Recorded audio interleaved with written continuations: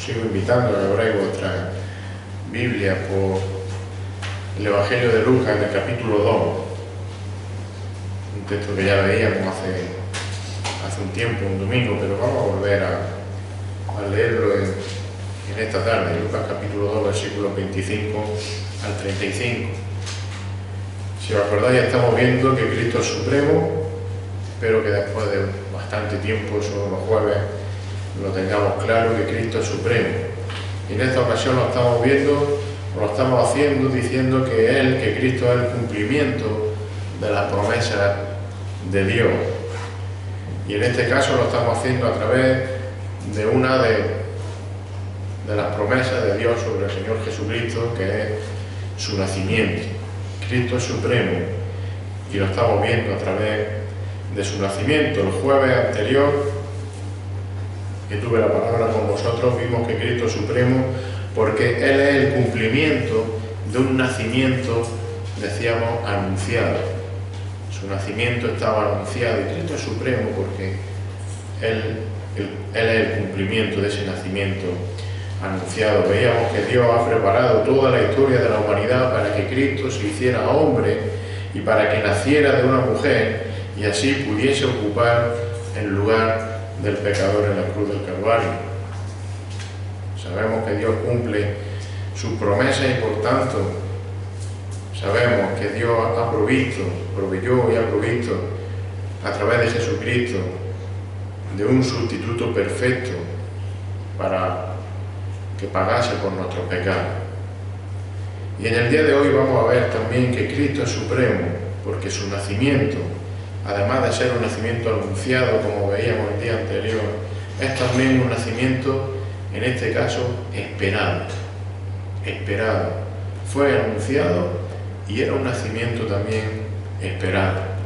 Así que vayamos a Lucas capítulo 2, versículo 25 al 35. Y dice allí, el evangelista, dice la palabra del Señor, versículo 25 del capítulo 2 de Lucas.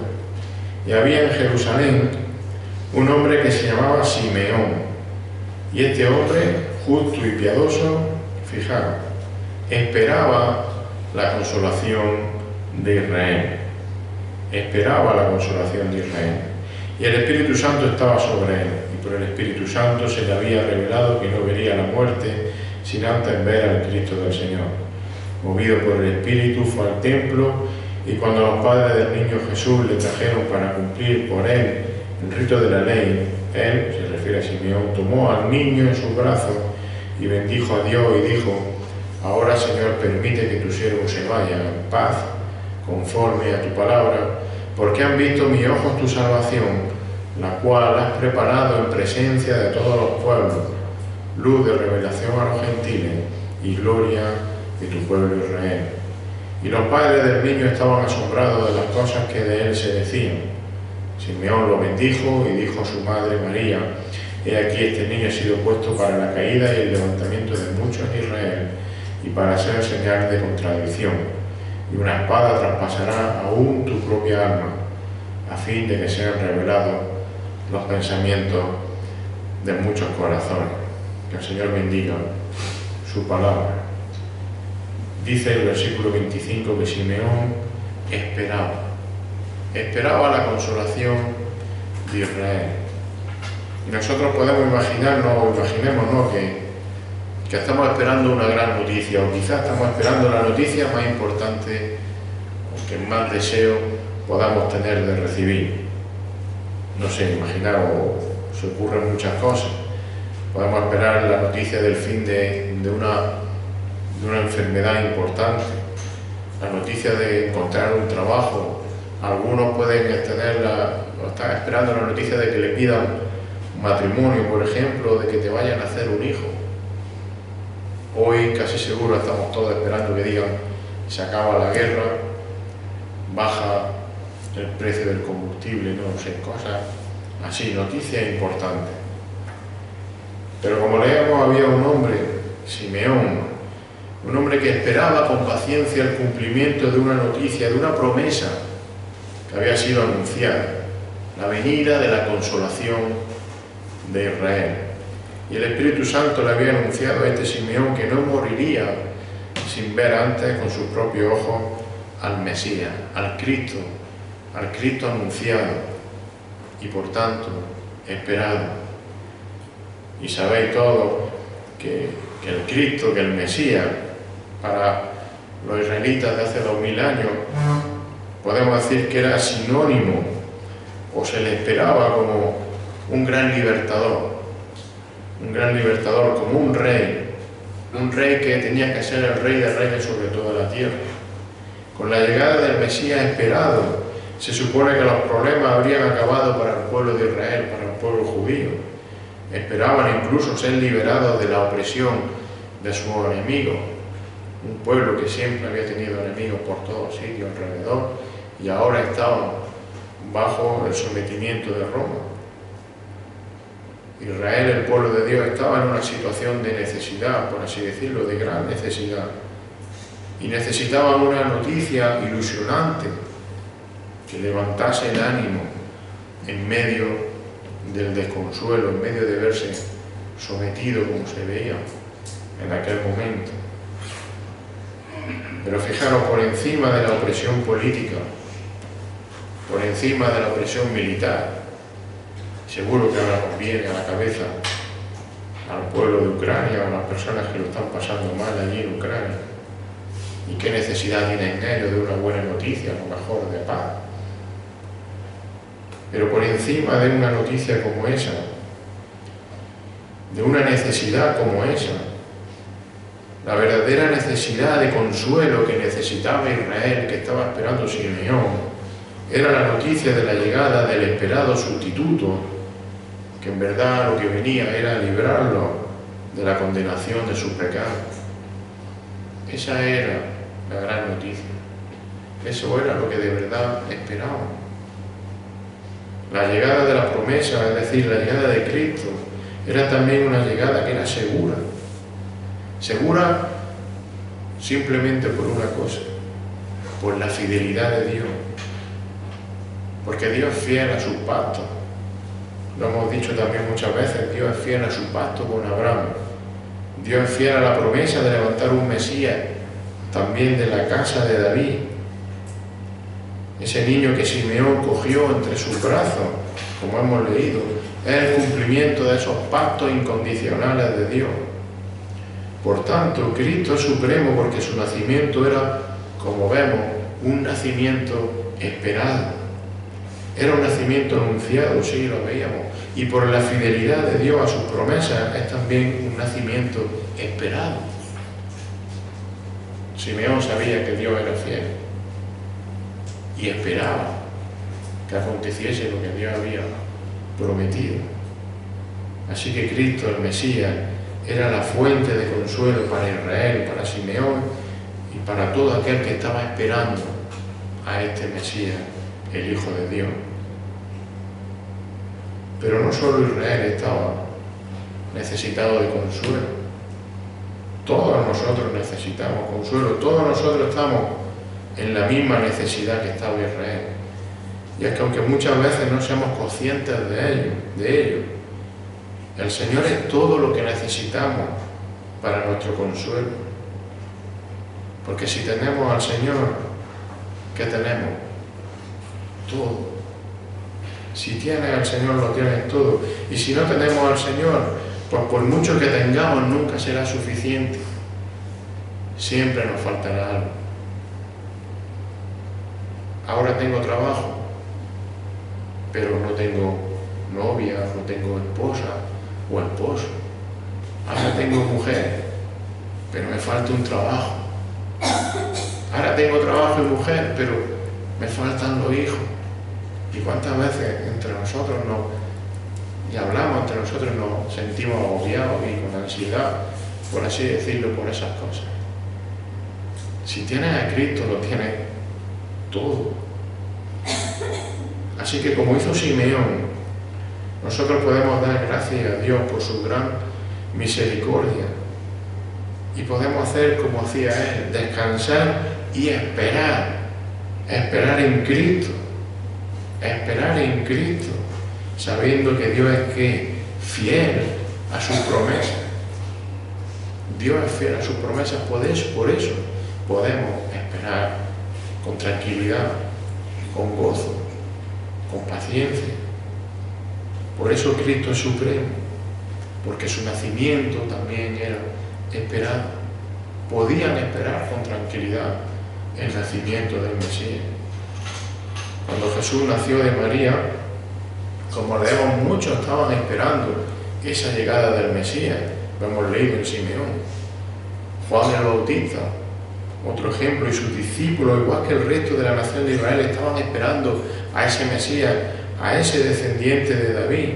Dice Mateo 11, capítulo 11, versículos del 1 al 6. Sucedió que cuando Jesús terminó de dar instrucción a sus 12 discípulos, se fue de allí a enseñar y a predicar en las ciudades de ellos, de sus discípulos.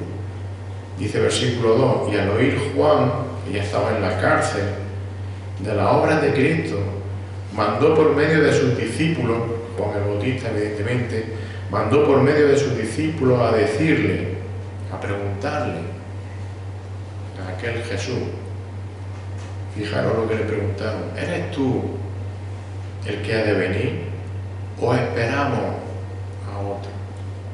¿Eres tú el que ha de venir o esperamos a otro? Estaban esperando al Mesías. Habían escuchado lo que hacían. Este es el Mesías que llevamos tiempo esperando. Respondiendo Jesús les dijo, id y contad a Juan lo que oí y lo que veis. Los ciegos reciben la vista, los cojos andan, los leprosos quedan limpios, los sordos oyen, los muertos son resucitados y a los pobres se les anuncia el Evangelio. Bienaventurado es el que no se escandaliza de mí, dijo el Señor. Juan el Bautista, sus discípulos, el pueblo estaban esperando a este que tenía que venir, a este Mesías. José de Arimatea, por ejemplo, él también esperaba la venida del Mesías. En Lucas capítulo 23, versículos 50 al 52. Dice allí que había un hombre llamado José, miembro del concilio, varón bueno y justo, el cual no había sentido al plan y al proceder de los demás, que era de Arimatea, ciudad de los judíos. Y fijaros lo que dice de José, el evangelista, y que esperaba el reino de Dios.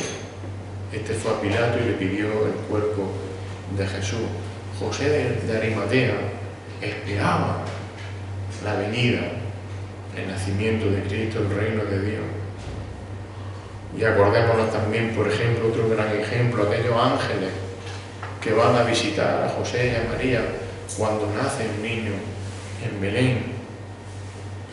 Aquellos ángeles que alaban en las alturas, que exaltan el nacimiento de Cristo como ese evento más importante que podemos decir que ha ocurrido a lo largo de la humanidad, que es el nacimiento de Cristo. Mateo 2, versículos 6 y 7, ¿qué cantaban los ángeles? Dicen, y tú, Belén, tierra de Judá, de ningún modo eres la más pequeña entre los príncipes de Judá. Fijaros, porque de ti saldrá un gobernante que pastoreará a mi pueblo Israel. Entonces Herodes llamó a los magos en secreto y se cercioró con ellos del tiempo en que había aparecido la estrella, porque de ti saldrá un gobernante, porque de ti saldrá. Lo estaban esperando porque estaba escrito en la palabra. Estaban esperando el nacimiento de Cristo. Sabían que iba a venir. Y nosotros, ¿cómo podemos aplicar esto a nosotros hoy en día? Pues debemos de responder con la misma actitud de adoración y de reconocimiento hacia nuestro Señor y Salvador, hacia el perfecto Consolador, igual que respondió Simeón, igual que cantaron estos ángeles, igual que José de Arimatea, igual que Juan el Bautista, sus discípulos. Cristo es supremo. Cristo es supremo sobre todo, y ya lo decíamos también el otro día, por su victoria sobre el pecado en la cruz del Calvario. Pero Cristo también es supremo por su capacidad de consolar la mayor, digamos, depresión, la mayor necesidad que tiene el hombre. Y la mayor necesidad que tiene el hombre es ser perdonado y rescatado de su pecado.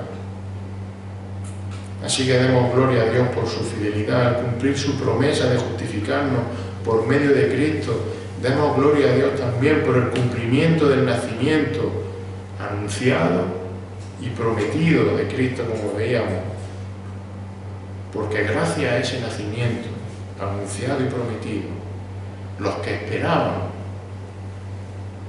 esperaban ese nacimiento, los que seguimos esperando también ahora la segunda venida de nuestro Señor, sabemos que hemos sido redimidos y sabemos y podemos decir que lo tenemos todo. Lo hemos cantado y lo hemos dicho, lo tenemos todo. Porque esperamos a aquel que ya nació y que va a volver. Así que con el mismo gozo y con la misma esperanza nosotros podemos, como digo, esperar el cumplimiento de esa segunda venida. Podemos esperar el cumplimiento del establecimiento de su reino eterno y para siempre. 1000 años primero aquí en la tierra y luego por la eternidad con Él en los cielos nuevos y en la tierra nueva. Cristo es supremo, porque su nacimiento fue anunciado y porque su nacimiento fue esperado. Y podían esperarlo porque Dios es fiel a sus promesas. Así que Cristo es supremo también, porque seguimos esperando que Él volverá otra vez a reinar y nosotros estaremos con Él. Que el Señor bendiga su palabra. Señor, te damos gracias por cualquier lugar de tu palabra encontramos, Señor, que tú eres superior, supremo a todas las cosas, desde la creación, por toda la eternidad, Señor. Y hasta en detalles que puedan parecernos casi sin importancia. Señor, como es tu nacimiento, vemos la fidelidad de nuestro Padre, de nuestro Dios, hacia sus propias promesas, y por eso tenemos la certeza de que, Señor, todo lo que ocurre, todo lo que Dios planeó para traer salvación a este mundo, se cumplió y se cumplirá. Señor, había unos que esperaban el nacimiento de Jesús hace 2000 años en Israel y pudieron ver cómo se cumplía esa promesa allí en Belén. Señor, y nosotros con gozo y con esperanza también esperamos que nuestro Señor Jesús vuelva primero a por su iglesia y a por todos aquellos que han dormido, y que luego vuelva también a reinar por 1000 años en esta tierra y a establecer su reino eterno, Señor. Esa es nuestra esperanza y con ese gozo, Señor, vivimos. Señor, y sea cual sea la situación, sea cual sea la dificultad que podamos tener, sabemos que en ti lo tenemos todo, que en ti tenemos el perfecto consuelo en la adversidad, Señor. Gracias porque podemos confiar en ti. En el nombre de Jesús.